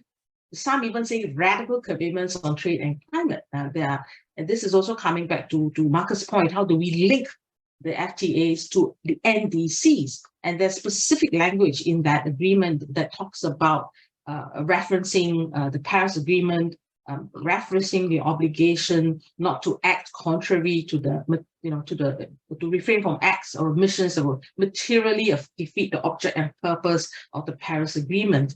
And it's even stated that this provision that talks about fight against climate change is an essential element of the partnership agreement. So in legal normative terms, what does that mean? Is that a path to the future where we can normatively link the two frameworks? A big question for you to wrap up our discussion today, and I apologize for taking just a little bit over 2 hours. Mark, okay, over to you. I'll be very brief and also say thank you to all of the panelists for a truly fascinating discussion. It is now 4 a.m. I'm not going to solve this for you, Danielle. What I will say is that we need— I was hoping you would. We need to make sure that our actions are not just aligned with Paris, but if we look carefully at the emissions levels and at the impacts, especially for countries in Asia, especially for countries that don't have the financial flexibility to just deal with them and let the rest of the world burn. That is going to be the crucial element for trade. I will say, you know, the actions we take to address climate change aren't always going to be good. Our trade isn't always going to be good. It's naive to think that it is. What we need instead is to be saying, what kind of trade can we change? How fast? And that looking at the relationships we currently have and then looking at how to best improve them as fast as possible in the areas that are most important for climate change, that are most important for all of our sustainable development goals, and taking into account especially that, you know, there is no escape from poverty. There is no way to address hunger. There is no way to address the need for energy, the need for clean water in a world with 4.8 degrees warming. We've lost, and it's going to be those small countries that lose first. So the crucial challenge here isn't just let's have some action on climate change, but keep trading. It's how can we move as fast as possible together? And I think that is still the challenge that we're going to have, not just between EU and UK, not just between Canada and EU, not just between Kenya and the agreements that they have, but between all of the different trading relationships. And if we can show the value added here, if we can show that we're truly making that transition to the green economy in all of the weird and wonderful ways, as Kimberly says, then I think that you know, we still have a chance here. We still have a chance. All of our economies still have a chance to grow and flourish in the direction of sustainability. If we can't, it's unsurvivable, and that is the choice we're facing. So it's a challenge that requires not just everyone in this room virtually, but all of those younger generations that are currently demanding this change and demanding these responses that we're seeking. I was very inspired by Chua Xiao Lung's presentation, because I can see he's looking at the solution from the perspective of a country that is facing such different conditions, but is looking at them as opportunities. And that is the kind of trade that I think is the most exciting. And I think our law has to back that, and it has to send the right signals. It has to get out ahead for a change and stop being part of the problem, start being part of the solution. And I'm not sure that we're quite there yet. So that is going to be, I think, the challenge, especially for the trade lawyers among us. How do we tailor things so that we're sending the right signals to the markets? And frankly, that's a fair challenge as well for our colleagues in the Paris Agreement and our colleagues in the COP. Certainly, not even having an agreement, even if it's an agreement that isn't yet strong enough, isn't the right signal. What the WTO is starting to do, and I congratulate their efforts, Gabrielle was very inspiring in the way that she explained it, and what countries are doing and what companies are doing is still the very, very beginning. Have we changed the financial system so that all of these flows are heading toward a climate resilient world, a world that is truly addressing climate change with the seriousness that it needs? Not quite yet, but we're going to have to improve our efforts as fast as we possibly can, and question everything we're doing and get the best data we possibly can in order to be able to achieve it. So, so certainly a fascinating time to be working on these issues, and I'm looking forward to further cooperations. Thank you very much, Marie-Claire. It remains for me to thank all the panelists. It's been such a fascinating conversation. 2 hours have passed, and I can't believe the richness of the diversity of the discussion. I cannot do any justice to what has been said by trying to summarize it. It has been fantastic, and I thank everyone for sharing your views. And thank you, Marie, for that, rousing, optimistic, encouraging statement. And I hope to get back in touch with everyone soon to meet again in Zoom. Take care, everyone. Thank you, and good night to everybody.